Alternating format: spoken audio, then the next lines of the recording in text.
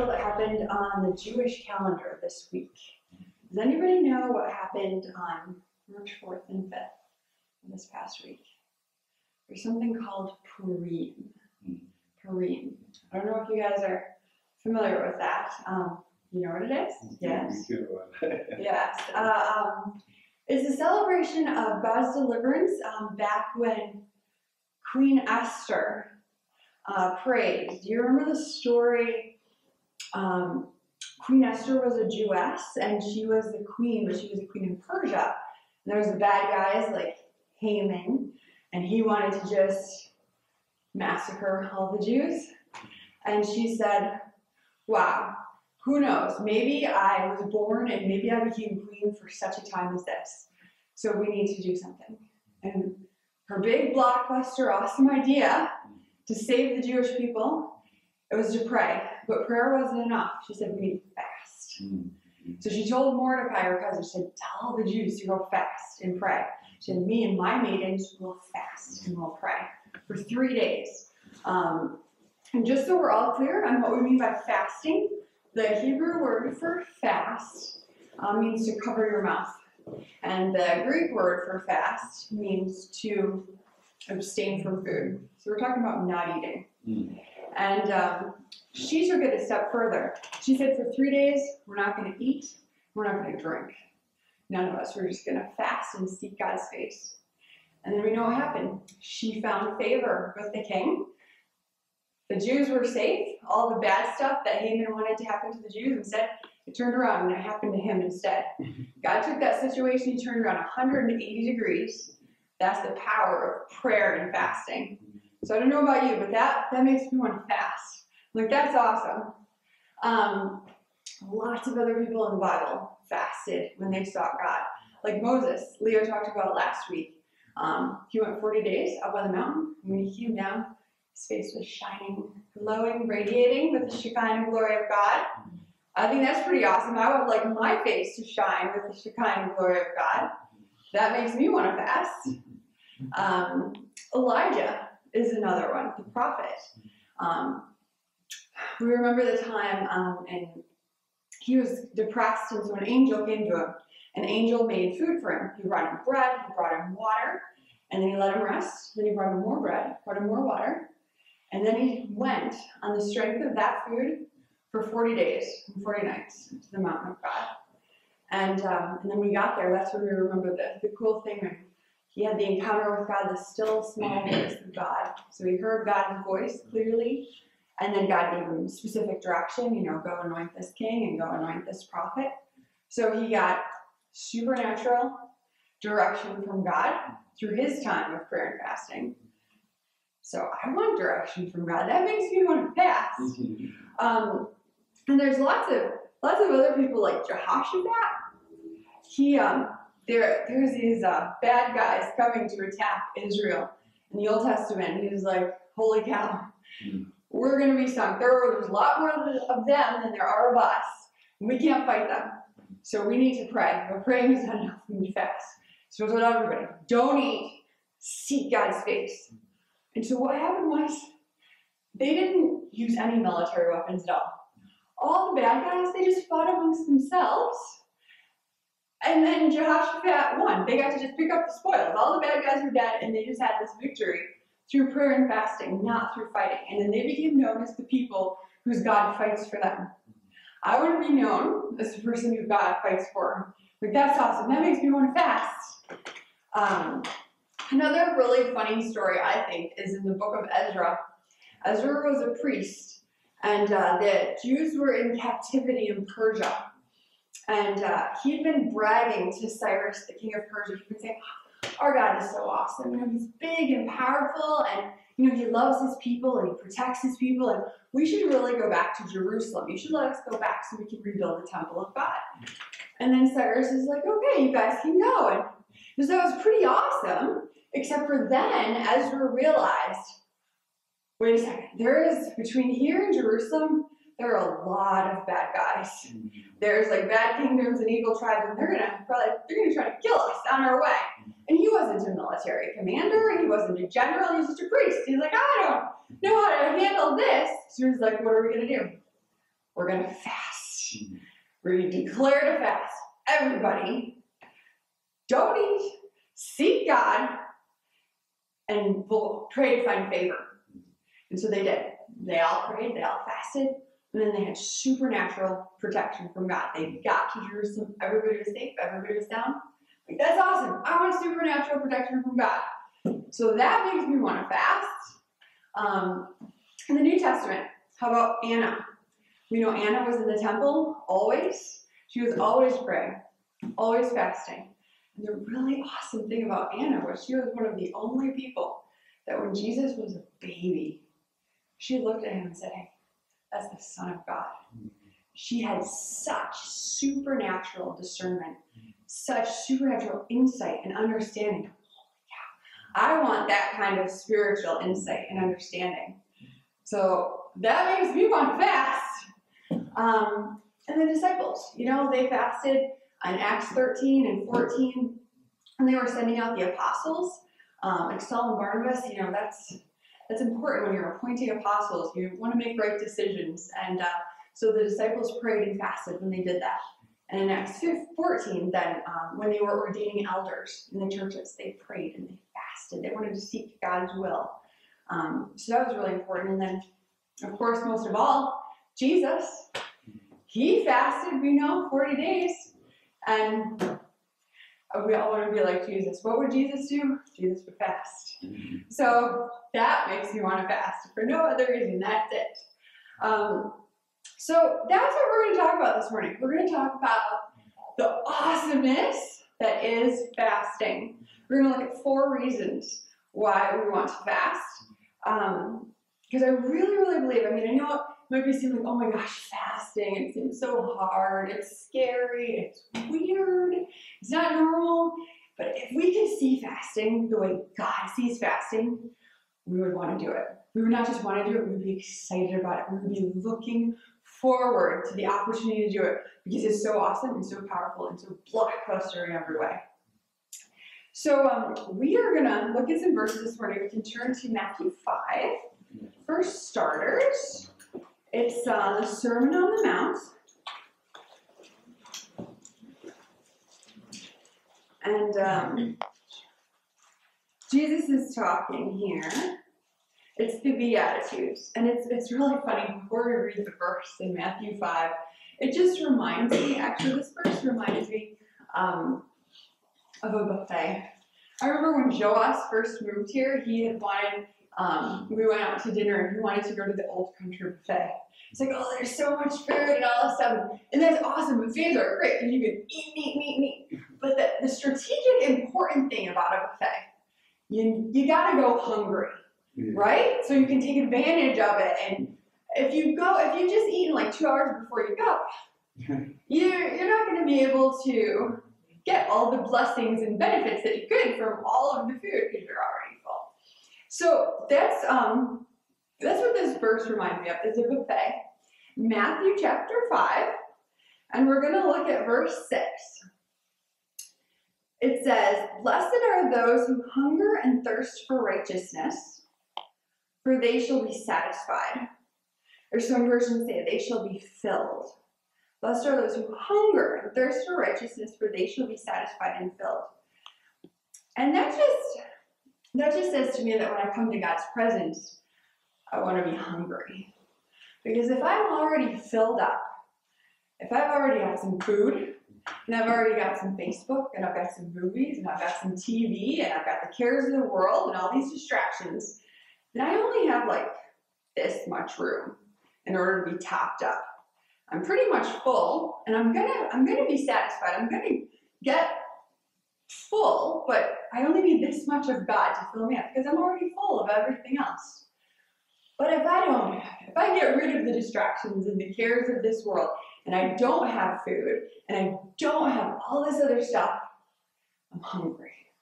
I'm starving. There's nothing else there.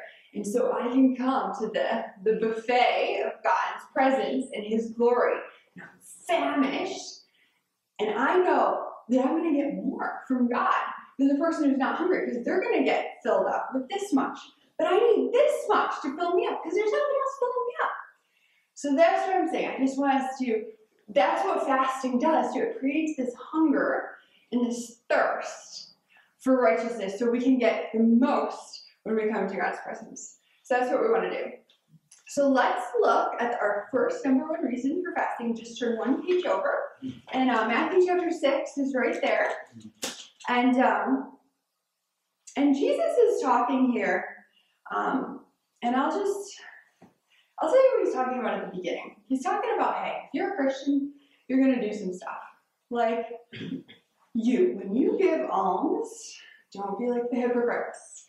For they love to stand and they love to sound a trumpet in the synagogues and the street corners, so they will be seen giving by men. But truly, I say to you, they have their reward in full.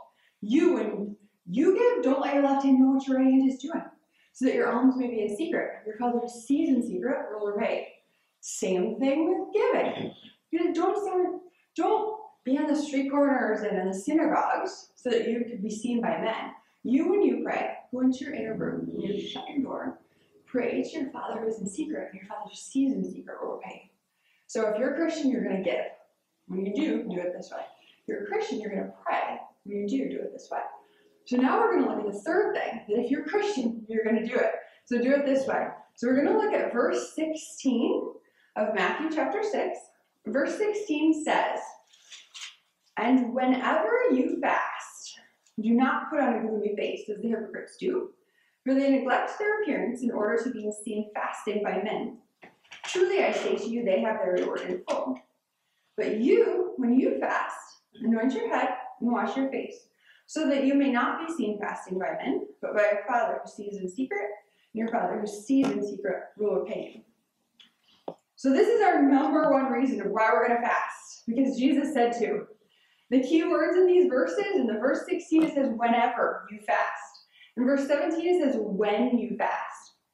So you'll notice it doesn't say if you fast. If you want to fast, if you feel like fasting.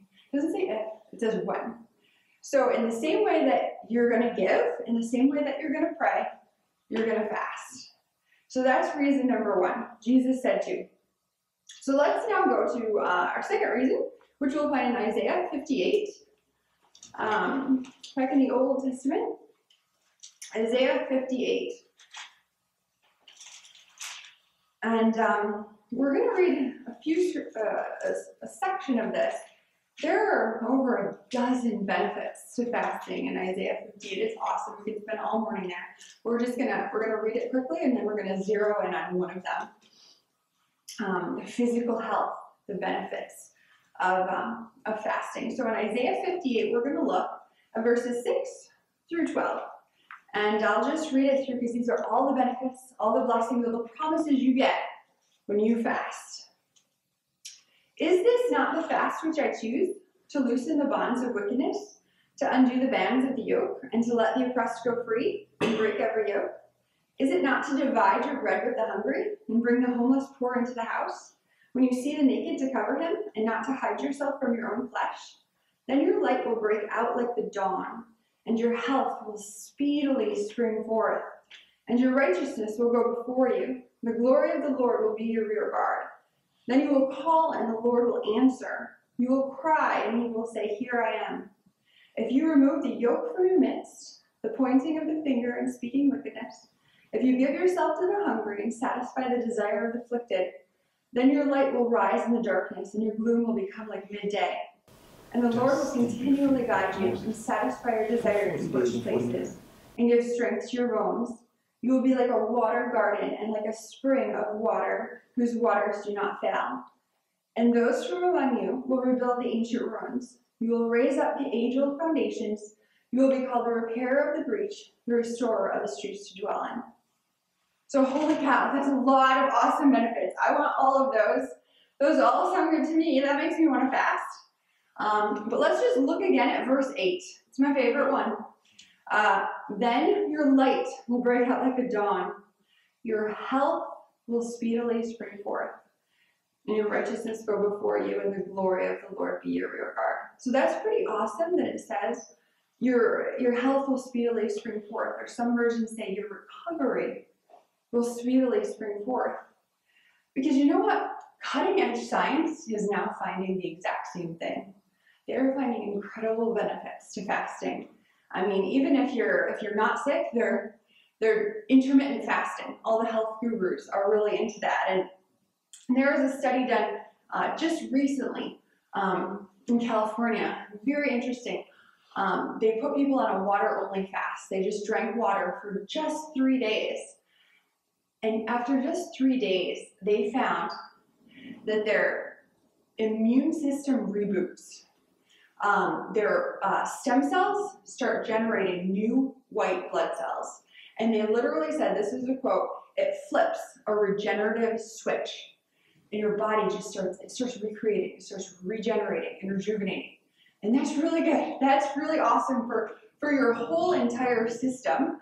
It gets so cleaned up, it gets detoxified, it gets cleansed, and studies have found, I mean, they've been doing, not just studies, there's actual lots and lots of testimonies of people who have been, their sicknesses have been reversed when they just do a water-only fast. They just drink water.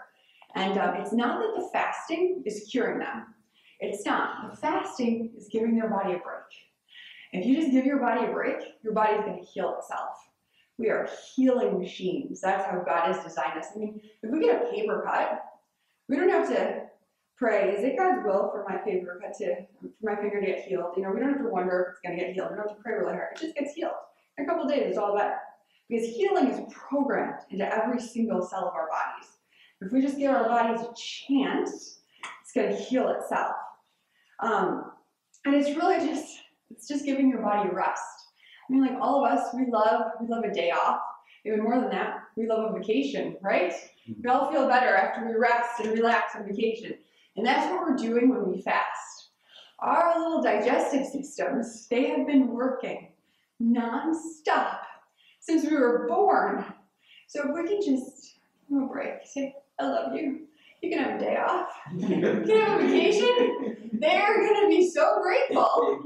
And they are going to make you healthier. They're going to come back to work stronger than ever in all of your cells. And so that's just a really awesome physical benefit fasting gives to us. So number one, we're going to fast because Jesus said to. He said, when you fast. Number two, we're going to fast for physical health, so our health will speedily spring forth. Number three, we're going to fast for spiritual power. So let's turn to Matthew 17. We're going to go back to the book of Matthew.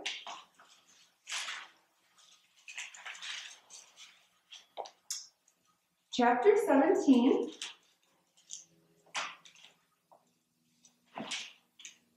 And this is a pretty interesting section of scripture. This is after Jesus had sent the disciples out. They have been, he told them, go lay hands on the sick, go cast out the demons. And they were doing that. It was going great. They were healing the sick. They were casting out demons. And then all of a sudden there was this boy and he was demon possessed and they tried to pray for him and it didn't work. It didn't take. They're like, hey, what's up with that? So this is the story, and Jesus explained what was going on. We're going to pick up the story in verse 14 of Matthew chapter 17. This is what it says. And when they came to the multitude, a man came up to him, falling on his knees before him, and saying, Lord, have mercy on my son, for he's a lunatic and is very ill. For he often falls into the fire and often into the water. I brought him to your disciples, and they couldn't cure him.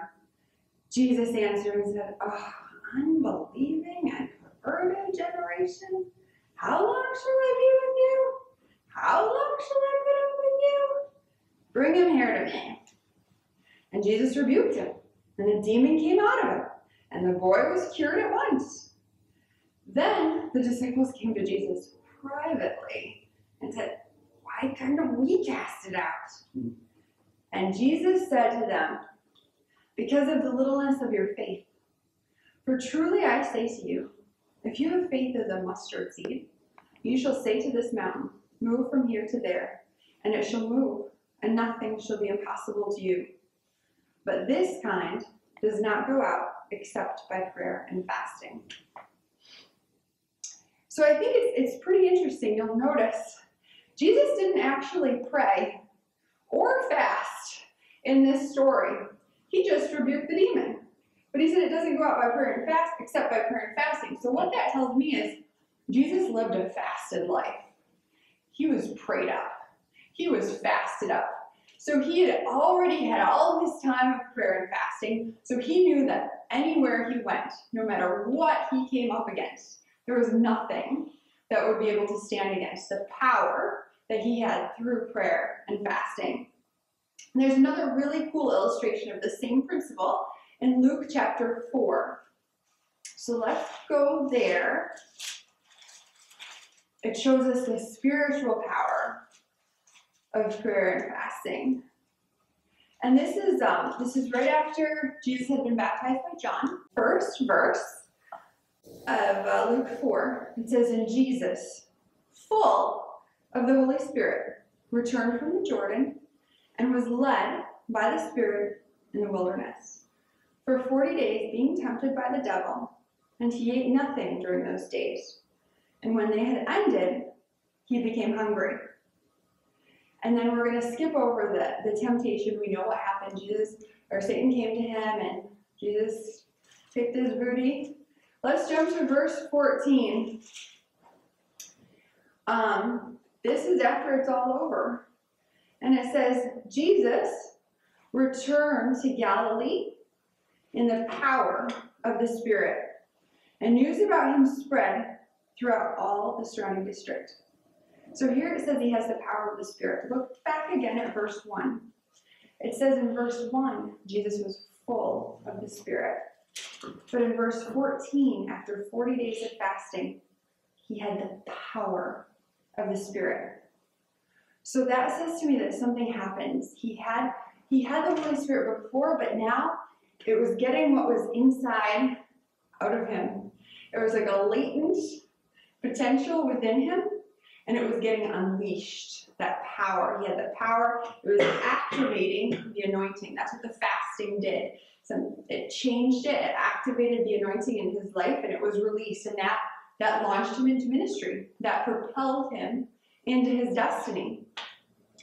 And I know, we all want a ministry like Jesus, don't we? We want to lay hands on the sick and see them recover. We want to cast out demons. We want to preach awesome sermons, and more than that, we want the greater works, right? Because Jesus said, "Greater works than me will you do, because I'm going to the Father."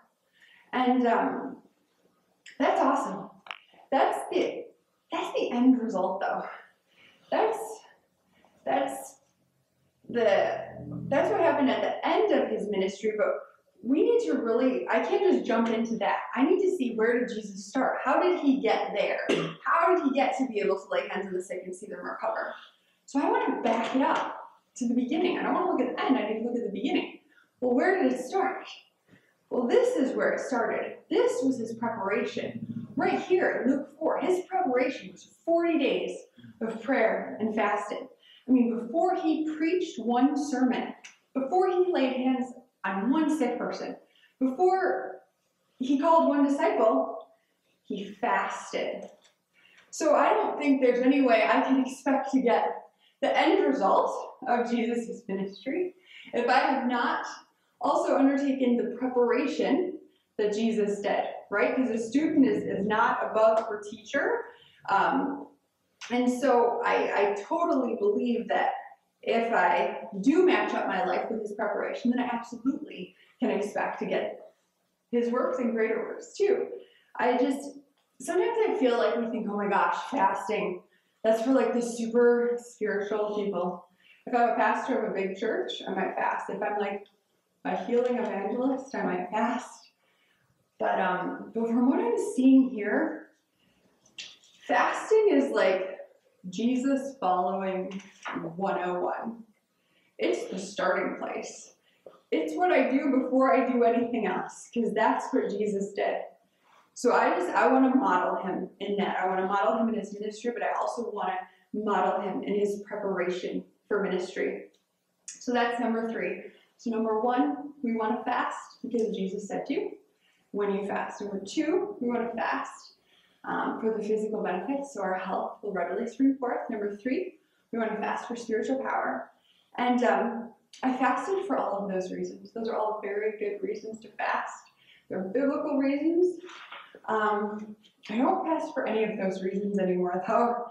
I fast for the fourth reason these days. The fourth reason for me to fast is for intimacy. For intimacy with God. I love hanging out with Jesus. I really do. I just like to spend time with him. And our lives are crazy busy, right? I mean, in 21st century America, oh my gosh, we have glorified busyness. It's a virtue. And, you know, if you're busy, oh, you're important. If you're busy, you're a productive member of society. It's like a really good thing. And so I get how hard it is to just find that time. And so that is one of the reasons that I love fasting so much, because it gives me freedom. It frees up so much time. Because it's funny, no matter how busy I am, I always seem to find time to eat. And so if I could just take all that time that I spent eating, I could give that to God. That gives me a lot of God time, right? And not only eating, oh my goodness.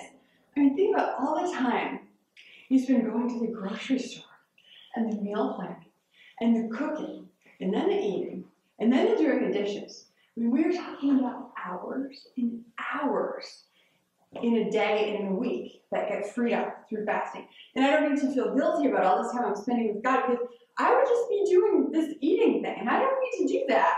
And so it's awesome. I get to take, oh God, here I found this breakfast, and here I found this lunchtime, and here I found this dinner time. Here, look at all this time, and I can give it to you. And he loves that. He loves to spend time with us. That's what I love about fasting, because it makes us so much more sensitive to the supernatural, so we can feel the feelings of God. And, you know, we can hear his voice more clearly. We can see him clearly. I can feel his pleasure. I can feel his delight over me when I fast. It's just a sacred, supernatural connection that I love, and I'm addicted to that feeling, to his presence. It's so awesome, and I can't get enough. And I mean, it's really kind of like what Leo was talking about last week. It was so awesome when he talked about Moses, because he said, show me your glory. And the thing of it was, this was a little later on in Moses' life. And it was, you know, Moses had seen God talking in a burning bush. Holy cow. You know, Moses had seen the 10 plagues of Egypt. He'd seen the supernatural deliverance of the Israelites, the crossing of the Red Sea. He'd seen the angel going before them in the wilderness, which he had seen all that stuff. And he's like, it's not enough. I have tasted of you, and I want more. He's like, I have seen your power, but I want to feel your presence. You know, I've seen your works, but I want to know your ways. You know, I've seen your hand, but I want to see your face. Show me your glory. I want that intimacy. And so that's what this fasting, it brings us into that place of intimacy better than anything else that I know of. It's awesome, and that's why I love it so much. And so let's just turn to our very last scripture for this morning. It's in Song of Solomon, which is a tiny little book. It's between Psalms and Isaiah. If you can find it, it's Psalms, Proverbs, Ecclesiastes, and then Song of Solomon. If you hit Isaiah, you've gone too far. Back up one book. This is a pretty cool book. It talks about the joys of marital love, husband and wife, and it's also a picture of the love that Jesus has for his bride, the bride of Christ. And there's so many cool verses in this book, you know. Love is so strong, many waters cannot quench love, and all this stuff. Okay, so Song of Solomon, chapter 4, and verse 9. And as we read this, just imagine that this is Jesus, the lover of your soul. He's saying this to you personally. Verse 9. You have made my heart beat faster, my sister, my bride. You have made my heart beat faster with a single glance of your eyes. Wow. We are making Jesus' heart beat faster? with a single glance of our eyes. I mean, that's so powerful. That we would have that kind of power over Jesus. I mean, that he's so enamored with us. He's so taken by us. He's so captivated by us. You know, he loves us that much. So what is he looking for? A glance of our eyes. He just wants us to focus on him, to look at him, to gaze into his eyes and just get lost there. You know, not look at the world, not look at the distractions, just look at him and lose ourselves in the moment with him. And I mean, I get that God is everywhere. You know, so, you know, God's always with me. I'm always talking to God. You know, when I get ready, you know, before I leave in the morning, I'm talking to God. And I drive to work, I'm talking to God. And at work, I'm talking to God. And that's great. We absolutely should talk and hear from God all day long. But there's a difference between that and like a date. When you go on a date, it's intentional about just being with that person, right? It's special. You set apart that time just for them. And I think about me and Leo. I mean, we're always together, obviously. I live with my husband, you know, and we're together, you know, in the morning, we're getting ready, and oh, here, honey, here's your protein shake, and we're going out the door, and then we come back, and it's like, okay, we've got like an hour, and we've got to eat dinner, and I'm like, okay, did you fill up the car with gas, and did you remember to pick up the dry cleaning? Okay, now we got to go to Bible study, and then the Bible study, and we're together. I mean, we're together at the Bible study for 2 hours, right? I mean, but when we're with 10 other people, or whatever, and Leo and I are together, but we're not really with each other. You know, we're with each other at dinner, but there's a lot going on. It wasn't really that special. We were talking, but it's like, so fasting, I kind of feel like it's like a date, and it's like a special anniversary date. Like, I'll tell you what, my brother, Josh, that we met, he's so awesome, and for our wedding, his gift to us was a gift certificate to stay at his really nice bed and breakfast. And it was really cool because it's right here, local. It's just in Clarence. And we spent the first 2 nights of our honeymoon there before we went out of town. And I did not realize how awesome it was to spend the first 2 nights locally, because what that means is now, lots of anniversaries, we've actually been able to go back, make a reservation. Even if we don't stay overnight, we'll just have a dinner there at that same place where it all began. And that is so special. We block out that time. And that's a sacred time. I mean, we don't have our cell phones out at the table. You know, I don't bring my honeydew list of everything that I want him to do for me, or, you know, it's like, it's him and it's me. And yeah, there's people around us, but we don't even notice them. You know, we're reminiscing about our wedding day, and we're dreaming about the future, and we're just sharing our hearts together. And that's how I feel like it is with Jesus. When we fast, I feel like it's just for it's just for him. You know, it's not for anything he can do for us. It's just for time together to cultivate that intimacy and that closeness in our relationship. So those are the 4 reasons that we want to fast. Number 1, we want to fast because Jesus said when you fast. Number 2, we want to fast for the physical benefits, so our health will readily spring forth. Number 3, we want to fast for spiritual power. You know that some things only go out with prayer and fasting. Number 4, we want to fast for intimacy. So in closing, I don't want you to be freaked out, like, oh my gosh, this is so hard, what? Like, you don't have to go out tomorrow and like start a 40-day fast. That's not what I'm suggesting. You know, you don't have to start with even a 4-day fast. You don't even have to start with a 1-day fast. I mean, you can start with a meal, right? We can give up 1 meal for Jesus, I think. That's doable. And that's the nice thing too, because even with our work, with our school, what do we all get? We all get a lunch break. Whether it's 30 minutes, whether it's an hour, we all have a lunch break. And that's something we can say, here, God, I'm going to give up my lunch for you. That's reasonable. It's achievable. We can do this, yes? And it's really funny because Jesus actually, he just kind of confirmed that for me as I was preparing this message and I was thinking about the verses that I wanted to share. Jesus is like, don't forget to tell them about when I fed the multitudes. I'm like, sorry, Jesus, that's a little off topic. Talking about fasting, I don't see what that has to do with it. He's like, no, seriously, you should totally tell them about the time that I fed the multitudes. I'm like, okay, why would I want to tell them about when you fed the multitudes? And Jesus is like, well, how did I feed the multitudes? I'm like, well, you multiplied the loaves and fish. And he's like, yeah, but where did I get the loaves and fish? All of a sudden, the light bulb went on. A little boy gave up his lunch for you. Like, that's awesome. That's what we were just talking about. Just giving up our lunch for Jesus. And that's what he went on to show me. I mean, just this little gesture, this small thing of giving up the lunch. And what happened?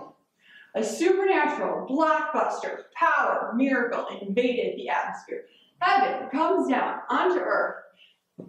Supernatural provision, supernatural abundance, blessing, not only for the person who gave up their lunch, but for everyone around them. And so that's what I feel like Jesus is saying to all of us this morning. He's like, you know what? Look what I did when that little boy gave up his lunch for me. So just imagine what I will do for you in your life when you give up your lunch for me.